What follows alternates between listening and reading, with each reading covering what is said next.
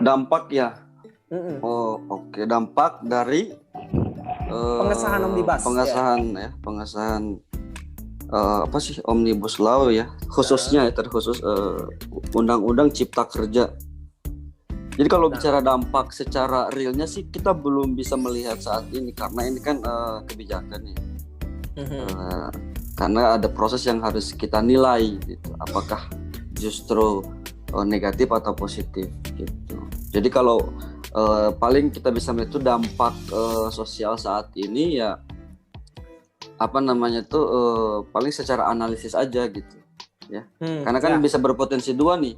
Apakah pemerintah benar dengan upayanya atau justru rakyat yang benar dengan penolakannya kan gitu. Ya kan. Karena masih ada pro kontra di situ ya. Tapi saya ingin lebih melihat sebenarnya dari sisi spirit ya yang berus bawa oleh pemerintah dengan omnibus law lanjut ke undang-undang cipta kerja dan spirit rakyat ya dalam menolak undang-undang cipta kerja ini, pengesahannya ini. Ini kan sebenarnya kan bikin kalau seperti judul Bang Mul nih geger, wih. Geger. Geger. Saya kayak Malam Timur ya. Orang Timur jadi agak kental E-nya gitu. Nah, oke, siap. Jadi saya melihat gini, jadi spirit kan kalau umpama kita melihat spirit hukum ya, ini kan metode yang juga dipakai di beberapa negara di US ya, terkait omnibus. Tapi saya nggak tahu apakah ini bisa dipakai di Indonesia gitu terkait pelangsingan undang-undang ya. Kan spiritnya sebenarnya adalah untuk itu ya, untuk melangsingkan, untuk merapihkan, untuk lebih menyederhanakan ya. Dan lebih menitik beratkan penafsiran itu lebih ditekankan di situ kepada para pakar hukum di situ di omnibus law. Nah, saya melihat gini spiritnya kan sebenarnya itu secara dasarnya itu. Nah, tapi kalau melihat undang-undang cipta kerja ya memang tujuan motif dasarnya adalah investasi ya sebenarnya, bukan cipta kerja tapi investasi. Sebagaimana yang disampaikan oleh Kang Aji tadi malam ya. Nah, saya melihat gini, jadi harus dipisahin antara membahas omnibus law dengan membahas undang-undang cipta kerja. Jadi ini cara melihat omnibusnya ya, secara omnibusnya, secara undang-undang cipta kerja ya. Karena gini, sebagai negara ini negara harus memposisikan dirinya sebagai negara gitu. Karena dia tugasnya memang untuk tercipta keadilan yang sebanyak-banyaknya gitu di tengah-tengah masyarakat. Nah, di masyarakat kan ada banyak komponennya, ada banyak hal gitu. Seperti umpama ada korporasi, ada lingkungan, ada rakyat gitu. Nah, semua ini kan punya modal dan semua ini punya kepentingan ya. Masyarakat punya modal ya, lingkungan punya modal, korporasi punya modal ya. Ini semuanya adalah punya kepentingan gitu. Ya, dari dulu hasrat korporat memang kapitalisme, spiritnya spirit kapitalisme, spiritnya spirit efisiensi gitu. Spiritnya itu hasratnya itu adalah ingin menguasai, ingin mendapatkan keuntungan yang sebesar-besarnya. Itu sudah menjadi ciri khas daripada sudah menjadi tabiat, kita ada paham bersama gitu. Jadi apapun undang-undang yang ditelurkan daripada kepentingan oligarki itu adalah memang tujuannya untuk mengefisienkan yang itu dampaknya adalah, sekali lagi saya katakan, dampaknya adalah kerugian terhadap rakyat. Jadi pencabutan hak-hak terhadap rakyat. Jadi kalau analisis saya justru kalau itu terjadi maka krisis hak akan hilang, akan terjadi di mana pada buruh gitu. Jadi kalau mau terjadi krisis hak ini potensi krisis hak ini bisa terjadi dan ini adalah salah satu bentuk lepasnya kewajiban negara dalam mengurus rakyat. Itu satu ya. Jadi karena gini, sebagai negara dia harus memposisikan di tengah. Jadi bagaimana dia membuat sebuah kebijakan, dia membuat sebuah undang-undang itu harus bisa berdampak adil terhadap tiga komponen tadi. Ada lingkungan ya, dengan AMDAL-nya, ada masyarakat dengan upah yang bisa memenuhi kebutuhannya dengan korporasi yang masih bisa berjalan survive di tengah pandemi kalau kita kaitkan dengan konteks pandemi. Nah, saya ingin negara itu ada di posisi itu melihat ya, harus memasukkan semua kepentingan. Nah, tapi kan kita lihat justru yang terjadi sebaliknya. Sebagaimana disampaikan Kang Aji tadi, bahkan prosedurnya ini udah sangat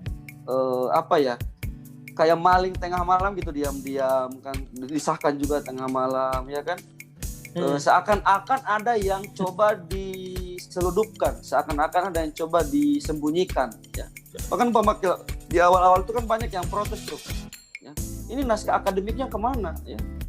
Naskah akademik daripada ini kan masyarakat juga harus terlibat dalam proses pembuatan undang-undang gitu. Mereka punya hak untuk bagaimana undang-undang itu tercipta gitu. Tidak cuma masyarakat, bahkan di beberapa kementerian tadi saya dengar diskusi di narasi dengan salah satu pembicara bahwasanya beberapa kementerian kan biasanya yang membuat gitu ya, terutama kementerian yang terkait sama Kementerian Ketenagakerjaan ya dan kementerian-kementerian. Itu masih pada bingung ketika ditanyakan ini draftnya mana, ini apakah sudah dibaca, apakah sudah tahu isi-isinya, itu masih pada bingung gitu. Nah, jadi kalau saya melihat ternyata spiritnya berubah tadi, tidak cuma sekadar melangsingan, tapi malah memasukkan kepentingan-kepentingan ya, dengan cara menyeludupkan ya kepentingan korporasi. Jadi saya melihat memang spirit pemerintah saat ini lebih ke sana gitu, lebih kepada korporasi gitu ya dengan mengatakan bahwasanya memang kita butuh investasi lebih banyak gitu. Nah, saya ingin coba buktiin ya, ini apakah relevan atau enggak gitu. Jadi relevan enggak motif pemerintah justru mengatakan ini kan lagi krisis nih ya, krisis ekonomi, bentar lagi mau resesi. Saya nggak tahu apakah sudah resesi atau enggak, cuman katanya sebentar lagi sudah resesi ya, kita butuh investasi sebesar-besarnya. Nah, saya tuh kemarin ya, bukan kemarin ya, tadi malam kalau nggak salah, saya tuh menonton ini pakar ekonomi Faisal Basri di narasinya. Dia mengatakan seperti ini bahwasanya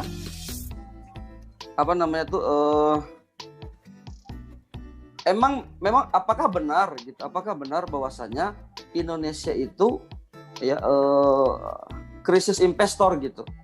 Ya. Nah, justru dia mengatakan dengan data, justru yang terjadi sebaliknya. Nah, Indonesia itu tidak krisis investor ya, betul. Tidak krisis investor gitu. Dia membuktikan dalam data, bahkan di narasi ditampilkan dari tahun 2015 sampai tahun 2020 justru tren investor itu naik ya. Ya kan, artinya kan ini bukan menjadi masalah yang urgent banget gitu. Iya, ya kan? Frame yang dibangunnya tuh terbantah oleh data itu ya. Iya, jadi bahkan dijelaskan di situ ya pertumbuhan investasi di Indonesia itu lebih tinggi daripada Cina, Malaysia, Thailand, Brasil, Afrika Selatan ya. Hampir mendekati India dan di bawah sedikit dari Vietnam. Itu perkataan dari ekonom UI gitu, Faisal Basri. Ya. Dan ini juga dibuktikan dengan PDB Indonesia selama pemerintahan 5 tahun terakhir juga itu memang tinggi gitu. Nah, jadi kan sebenarnya ini kan semacam akal-akalan ya. Akal-akalan pemerintah untuk memasukkan tadi kepentingan tadi RUU Cipta Kerja ini dengan Omnibus Law-nya tadi gitu. Artinya ada hasrat memang besar dari pemerintah, memang coba ingin melakukan kebijakan yang benar-benar justru menguntungkan para korporat dan justru merugikan itu betul banget. Saya tidak masuk di situ karena itu bagian analisisnya Kang Ega. Saya mau masuknya gini. Yang terjadi adalah gini. Jadi siapa yang dirugikan kan gitu. Nah, sekali lagi saya katakan yang dirugikan adalah rakyat. Kita kalau saya sebagai anak dari bapak saya seorang nelayan ya, dengan adanya undang-undang Cipta Kerja ini saya merasa was-was, khawatir. Di saat-saat seperti ini pun itu permainan harga dan sebagainya itu terjadi, apalagi ketika udah banyak kayak kapal-kapal asing bisa masuk, kan ada nanti penguasaan laut, nanti umpama kapal itu ya boleh, kapal asing itu boleh melaut di Indonesia dan sebagainya. Ini kan juga harus kita coba kritisi gitu. Gitu. Nah, Selanjutnya adalah kalau saya melihat dan secara ini ya, secara apa ya, regulasi ya, selama ini kan yang terjadi adalah ketika perusahaan itu dapat izin dan sebagainya dengan ada kewajiban-kewajiban yang harus ditunaikan ya, kayak kewajiban menjaga lingkungan ya, yang itu diwakilkan di dalam apa ya, kewajiban perusahaan ya, dengan AMDAL yang itu coba dipantau oleh para pecinta lingkungan, oleh aktivis-aktivis lingkungan, terus dengan apa yang memberikan hak-hak buruh ya, kayak pesangon dan sebagainya juga itu harus ada. Nah, dengan adanya undang-undang ini saya melihatnya berpotensi kurangnya kepatuhan daripada korporasi terhadap pemenuhan hak-hak daripada buruh dan lingkungan. Karena yang terbukti selama ini dibuat ketat pun mereka nggak patuh, apalagi dibuat agak fleksibel gitu. Ya. Jadi gini, selama ini kan yang terjadi memang dengan aturan yang ada, apakah perusahaan-perusahaan itu sudah taat gitu, maksudnya udah bisa kita kontrol gitu, pemerintah sudah bisa mengontrol gitu. Kan faktanya yang terjadi nggak, banyak fakta korporasi atau perusahaan-perusahaan ini justru melanggar gitu.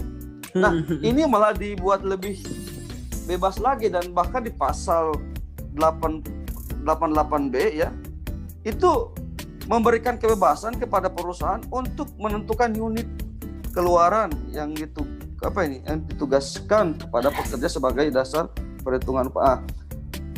Jadi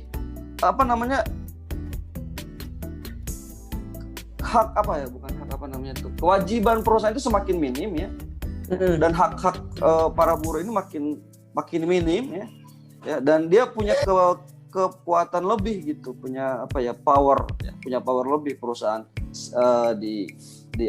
untuk menentukan setiap kebijakan perusahaannya gitu. Nah, ini dibuat lebih bebas lagi, berarti kemungkinan terbesarnya adalah potensi itu akan terjadi. Dia nggak akan begitu patuh gitu terhadap negara gitu. Bang Nurin, ada lagi yang mau disampaikan? Iya, tadi saya lupa ya terkait saya ingin mengkritisi gini. Kan tadi saya sudah menyatakan di awal bahwasanya pemerintah harus berada di tengah untuk mendistribusikan tadi keadilan untuk biar tercapai